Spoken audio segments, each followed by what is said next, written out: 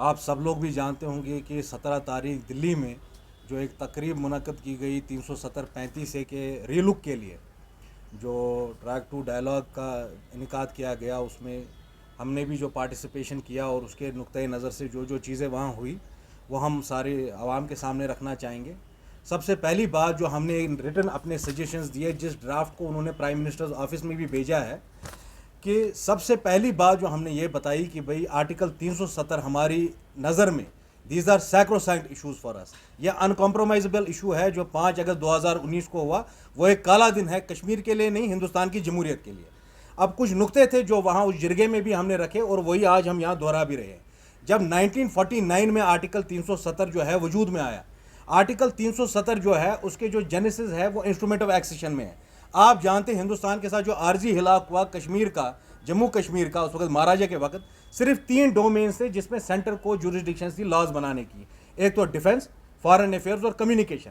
और 1949 में जब आर्टिकल 370 इंट्रोड्यूस हुआ, उसमें भी ये बात बड़ी वाज़ेह तौर से कही गई थी कि कोई भी अगर सेंट्रल लॉ एक्सटेंड होता है जम्मू कश्मीर में, उसमें कंकरेंस होनी चाहिए स्टेट लेजिस्लेचर की, मतलब यहाँ के असेंबली की। यहाँ के लीडर जो है वो लोगों की आवाज़ बन के ये बात बताएंगे कि जो सेंट्रल लॉ एक्सटेंड होता है जम्मू कश्मीर में, क्या वो लॉ यहाँ आना चाहिए या नहीं आना चाहिए। सबसे पहले इस चीज़ की खिलाफ वर्जी हुई 5 अगस्त 2019 को। इस वजह से हम कहते हैं कि 370 की मनसूखी जो थी वो गैर आईनी थी, गैर जमहूरी थी। दूसरा पॉइंट जो है इसमें, आपने आर्टिकल 365 एमरजेंसी पावर्स इन्वोक करके, जो उस वक्त के गवर्नर थे, उन्होंने कहा कि हम एसरटेन करते हैं, हम लोगों के बिहाफ पर यह कंसेंट देते हैं आर्टिकल 370 को मनसूख करने के लिए। यही सारे नुक्ते जो है, यही सारे पॉइंट्स हमने वहाँ उस जिरगे में भी रखे। और मैं ये सारे सबूत, ये सारे जो दस्तावेज है हम आपके साथ भी शेयर करेंगे। केशव नंदा भारती केस है 13 जज सुप्रीम कोर्ट कॉन्स्टिट्यूशनल बेंच का, जो बताता है सिंपल अमेंडमेंट क्या है या रीराइटिंग ऑफ द कॉन्स्टिट्यूशन क्या है।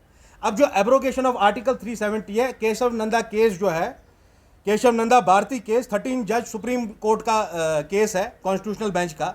उसमें उन्होंने वाज़ेह तौर पे कहा है कि कोई भी जो बेसिक स्ट्रक्चर ऑफ कॉन्स्टिट्यूशन का उसको अल्टर नहीं कर सकते, वो अनकॉन्स्टिट्यूशनल है। ये दूसरा सपोर्टिंग फैक्ट है जो हमारे आर्ग्यूमेंट को सपोर्ट करता है।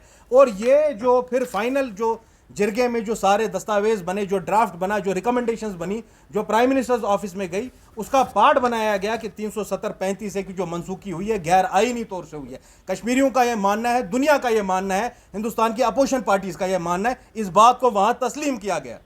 दूसरा पॉइंट, आप जानते होंगे हिंदुस्तान की हिस्ट्री में आज तक ऐसा नहीं हुआ है किसी स्टेट को यूनियन टेरिटरी बनाया है। आमतौर पे अमूमन क्या होता है, किसी ग्रुप ऑफ स्टेट्स को, कोई आपने देखा झारखंड बना, इसी तरीके से आपने देखा उत्तराखंड बना, किसी स्टेट की कुछ टेरिटरीज को कार्व आउट करके कोई नया स्टेट बनता है या कोई नई यूनियन टेरिटरी बनती है। कभी भी हिंदुस्तान के हिस्ट्री में आज तक ऐसा नहीं हुआ किसी स्टेट को डाउनग्रेड करके यूनियन टेरिटरी बनाई। आर्टिकल 3 जो है हिंदुस्तान का, उसका ये वायलेशन है। आर्टिकल 3 ये खुलेआम ये बताता है, ये हिंदुस्तान के आइन का आर्टिकल 3 बताता है, कोई भी जो ज्योग्राफिकल लोकेशन है, चाहे वो स्टेट हो या यूनियन टेरिटरी, उसकी ज्योग्राफिकल लोकेशंस को आप अल्टर कर सकते हैं, उसकी बाउंड्रीज को अल्टर कर सकते हैं, मगर पार्लियामेंट के पास ये मैंडेट नहीं है कि वो they will extinguish a state. जो स्टेट एग्जिस्ट करता था कई दहाइयों से, उसको खत्म करने की जो अथॉरिटी है वो हिंदुस्तान के पार्लियामेंट के पास भी नहीं है। यह बात भी वहां तस्लीम की गई। और जो फाइनल रिकमेंडेशंस दी गई प्राइम मिनिस्टर्स ऑफिस को, जो कल के ही दिन ओपी शाह के साहब के जो centre for peace and prosperity है, जिन्होंने ये ट्रैक टू डायलॉग जो मुनक्कद किया, जिसमें तमाम जो क्रेडिबल पॉलिटिकल पार्टीज है जम्मू कश्मीर की, खा वो नेशनल कॉन्फ्रेंस हो, अवामी नेशनल कॉन्फ्रेंस हो, हम लोग हों, प्रोफेसर भीम सिंह की पार्टी जो है पैंथर पार्टी वो हो, सजाद लोन की पीपल्स कॉन्फ्रेंस भी वहाँ इस जरगे में शामिल थी, बहुत सारे renowned socio political activist journalist इस जरगे में शामिल थे। तीसरी पॉइंट जो हमने बिजाते being convener of Jammu Kashmir People's Party, I have resolutely said, is the unconditional release of all the political prisoners, चाहे वो किसी भी आइडियोलॉजी से हो, चाहे वो हमारे उलमा हजरात हो, चाहे कोई पॉलिटिशियन हो, किसी पॉलिटिकल पार्टी से मुंसलिक लोग हो, उनको बिला किसी कंडीशन के उनको रिलीज किया जाए। और साथ ही साथ जो हिंदुस्तान की जमहूरियत को मजबूत करते हैं ऑर्गन्स, जैसे यहाँ की जुडिशरी है, आप जानते हैं मीडिया पर कौन से कदगन है, कश्मीर का जो प्रेस क्लब था वो भी खत्म किया गया। ये बात भी हमने बिल्कुल पोर्टेंटली, बिल्कुल रेजोल्यूटली ये पॉइंट हमने सारी दुनिया के सामने वहाँ रखा उस जरगे की वसादत से कि मीडिया का क्या हाल है जम्मू कश्मीर में।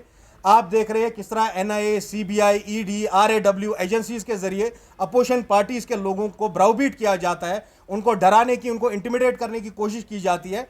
ये बात हमने, ये नुक्ता भी उस जिरगे के सामने रखा।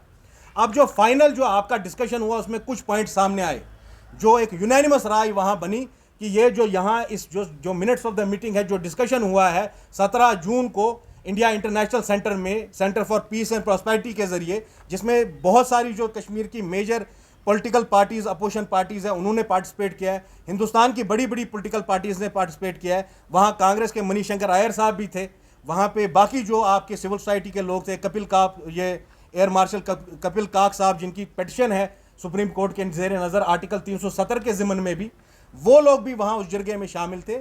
सबका ये मानना था कि आर्टिकल 370 जो आज सब जुडिस है, कोर्ट के सामने है, इस पे बीजेपी की जो है मनमर्जी वो नहीं चलेगी, रूल ऑफ लॉ चलेगा हिंदुस्तान में। जो सुप्रीम कोर्ट है उसमें इसकी अर्जी जो है वो सुनी जानी चाहिए, डे टू डे हेयरिंग होनी चाहिए और इस पर अमलावरी होनी चाहिए, जो सारे जो पिटिशन है सुप्रीम कोर्ट के सामने है। दूसरी जो वहाँ पर यूनानिमसली एक यकजा राय से जो ये फैसला हुआ कि जल्द अज जल्द यहाँ पर असेंबली इलेक्शंस होने चाहिए, और असेंबली इलेक्शन से पहले जो स्टेटहुड हमसे छीना गया, जो आर्टिकल हिंदुस्तान के आर्टिकल 3 की दजियां उड़ा के स्टेटहुड हमसे छीना गया, वो स्टेटहुड पहले मिलना चाहिए, उसके बाद इलेक्शन होने चाहिए। और साथ ही साथ जो जेर नज़र है कोर्ट के 370-35 का केस, उसमें सुनवाई शुरू होनी चाहिए। जो हमने सबसे बड़ा पॉइंट जो उस जिरगे में रखा कि हिंदुस्तान के लोगों को भी, पूरी दुनिया ये इस बात को समझती है कि कश्मीर एक हिस्टोरिकल डिस्प्यूट है। जब आपने प्रोविजनल एक्सेशन किया, उसमें यहां पंडित नेहरू ने लाल चौक में कहा कि Kashmiris will have the final say, Kashmiris will decide their own future by means of a plebiscite. वही बात हमने उस जिरगे में भी कही। चाहे आप कुछ भी करें, चाहे आप कोई भी फाल्स पॉलिटिकल नैरेटिव क्रिएट करें, आप इस मसले से दूर नहीं हट सकते। ये बात मैंने अपनी तकरीर में भी कही, शायद आप में से बहुतों ने सुना होगा कि India and Pakistan are signatories to resolution 47, जो रेजोल्यूशन 47 बात करता है प्लेबिसिट की जम्मू कश्मीर में। ये बात हमने दोबारा पूरे शिद्दोमत से, पूरी सदाकत से, पूरे दमखम से वहाँ उस जिरगे के सामने, उस जिरगे की वसादत से दुनिया के सामने रखी। और मेरा फिर से वही उस जिरगे को कहना था कि जिस तरह की अभी ये मस्कुलर पॉलिसी है, 56 इंच की छाती वाली पॉलिसी है, ये चलने वाली नहीं है ग्राउंड पे। आपको वही रास्ता हमवार करना पड़ेगा जो प्राइम मिनिस्टर वाजपेयी और जनरल परवेज मुशर्रफ ने किया था। शुक्रिया बहुत बहुत। ड्राफ्टिंग कमेटी थी आपकी इस पूरे एक्सरसाइज की, इस पूरी पॉलिटिकल जो हमने वो जिरगा अटेंड किया, उस जिरगे में जो सारे लोगों ने अपने सजेशंस दिए, और ड्राफ्टिंग कमेटी में 3 लोग थे। एक तो आरती टिक्कू साहिबा थी और पीपल्स कॉन्फ्रेंस के आपके निज़ामुद्दीन भट्ट थे, और हमारे से भी सजेशन ली गई। Even though I was not physically there, in return I send them my suggestions, और वो सजेशंस का जो नतीजा है वो हम आपके सामने रखना चाहते हैं। ये रिकमेंडेशंस फॉर कंसिडरेशन है। इसमें जो सारे नुक्ते मैंने बोले कि भाई इलेक्शन से पहले यहाँ स्टेटहुड रेस्टोर होना चाहिए, इलेक्शन साफ और शफाफ होने चाहिए, उन पे कोई शक व शुबा नहीं होना चाहिए कश्मीर के लोगों को, क्योंकि ये 5 अगस्त की वो यूनिलैटरल चेंजेस के बाद सबसे बड़ा इलेक्शन है। ये कोई आम इलेक्शन नहीं है जिसमें लोग सिर्फ एक गवर्नमेंट चूज कर रहे हैं, क्योंकि बीजेपी ऐसा तासुर देना चाहती है कि जो लोग वोट डालेंगे वो वोट वो 5 अगस्त पे डाल रहे हैं। चाहे वो इसका ये मतलब निकाला जाएगा दुनिया में कि क्या कश्मीर के लोग 5 अगस्त की चेंजेस को एक्सेप्ट करते हैं या नहीं करते हैं। ये जो रिकमेंडेशंस फॉर कंसिडरेशन है, जिनको जो centre for peace and prosperity is going to submit this to the prime minister's office, even though I have said, they have mentioned in this letter कि कुछ लोग उनमें से प्राइम मिनिस्टर ऑफ इंडिया से मिलने वाले हैं। मैं उसमें शामिल नहीं हूं। मैं पहले इस बात को वाजे कर लूं, मैं प्रेस से ये लेटर शेयर करने वाला हूं, जो लेटर पब्लिक डोमेन में भी है। हमने अपने जो भी हमें इसमें सजेशंस देनी चाहिए हालात को बेटर करने के लिए, 370-35 की बहाली के लिए, कश्मीर मसले को हल करने के लिए, जो हमारा पार्टिसिपेशन, जो सदाकत से हम चीज़ कर सकते थे वो हमने कर ली है। We will not meet the prime minister, but in return we have sent him our disapproval to the changes of what happened on 5th August 2019. They should immediately release all the political prisoners. जो press पे सारे कदगन है, opposition parties पे जो सारे कदगन है, वो चलने वाले नहीं है। जो डराया धमकाया जा रहा है उन लोगों को जो पॉलिटिकल प्रोसेस में है आज है, ये सब काबिल कबूल नहीं है। अगले ही साल पार्लियामेंट इलेक्शन है, उसके बाद फैसला हो जाएगा कि अगले 5 साल में जो आने वाली गवर्नमेंट है उनका कश्मीरियों के लिए क्या मौक़िफ़ रहेगा। आपके पीपल्स कॉन्फ्रेंस के निज़ामुद्दीन भट्ट थे, अवामी नेशनल कॉन्फ्रेंस के मुजफ्फर शाह साहब थे, नेशनल कॉन्फ्रेंस के तनवीर सादिक साहब थे, कांग्रेस के मनीशंकर अय्यर थे, हमारी तरफ से I had gone in person.